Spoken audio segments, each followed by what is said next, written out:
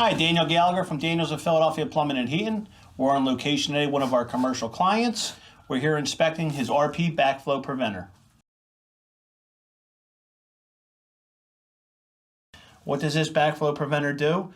It prevents siphonage from your unit going back to the city's water supply. We get a lot of phone calls at Daniels of Philadelphia for backflow preventers leaking. Most of the time, it could be some sand or dirt that's maybe stuck in one of the checks. That requires a small disassembly of the unit, removing that dirt or debris from them check valves, a reassembly, and refilling the system. Most municipalities on the commercial end of properties require an RP or a double check valve. What does this unit cost to install? Most cases, very affordable, same-day installation. You received in a letter in the mail.